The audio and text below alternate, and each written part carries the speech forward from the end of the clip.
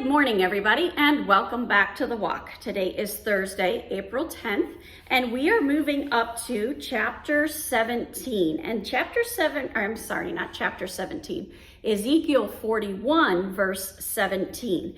And I found some really interesting things here.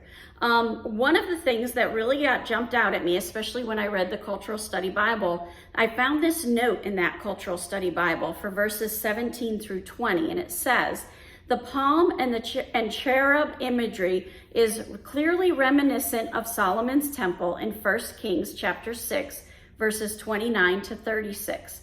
However, these cherubim have only a human and a lion head, unlike the four faces of the cherubim in Solomon's temple in Ezekiel 10:14. We're going to pause. Let's read Ezekiel 10:14. Ezekiel 10:14 says, "And every one had four faces. The first face was the face of a cherub. The second face was a human face. The third face was the face of a lion. The fourth face was the face of an eagle." So now we see a different cherub, and it's only got the human and the lion. So it's missing the eagle, and it's missing the face of the cherub. Okay, back to the Cultural Study Bible note, which continues on and says, "These were no longer freestanding structures, but were carved into the walls, which is most likely why there were fewer heads."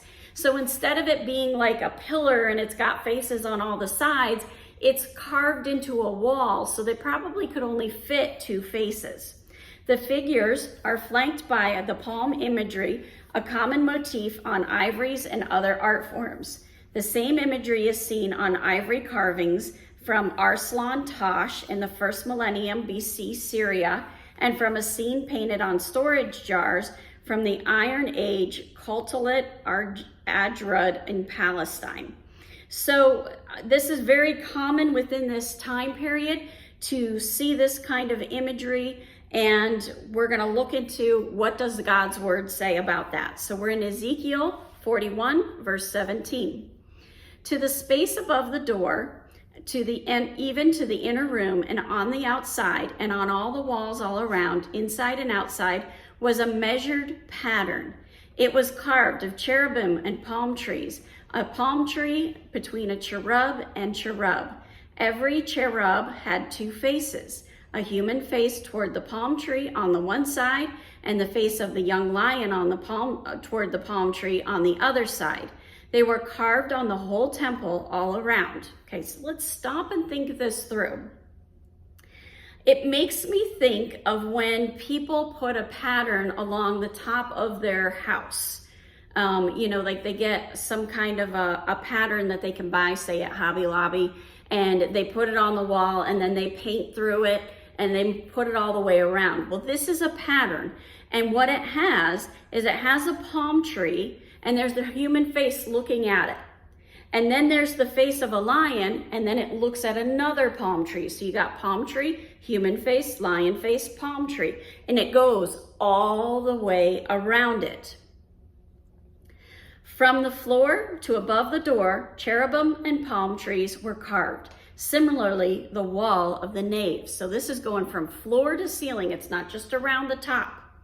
The doorposts of the nave were squared, and in front of the holy place is something resembling an altar of wood, 3 cubits high, 2 cubits long, and 2 cubits broad.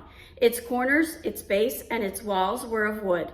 He said to me, "This is the table that is before the Lord." So this is that table. This is that place of communion. This is where that sacrifice is going to be made.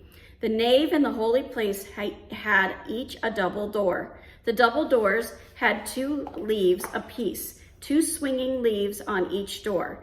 And on the doors of the nave were carved cherubim and palm trees, such as were carved on the walls. And there was a canopy of wood in front of the vestibule outside. And there were narrow windows and palm trees on either side on the walls of the vestibule, the side chambers of the temple, and the canopies. So this human face and this lion face, why are they so important? Well, we've got the humans are following the King of Kings and the Lord of Lords. And that lion is the Lion of Judah. He's the King of Kings. He represents Jesus, and he represents that King of Kings and Lord of Lords. It's pointing to our relationship with him. Have a wonderful day. God bless, and keep walking the walk.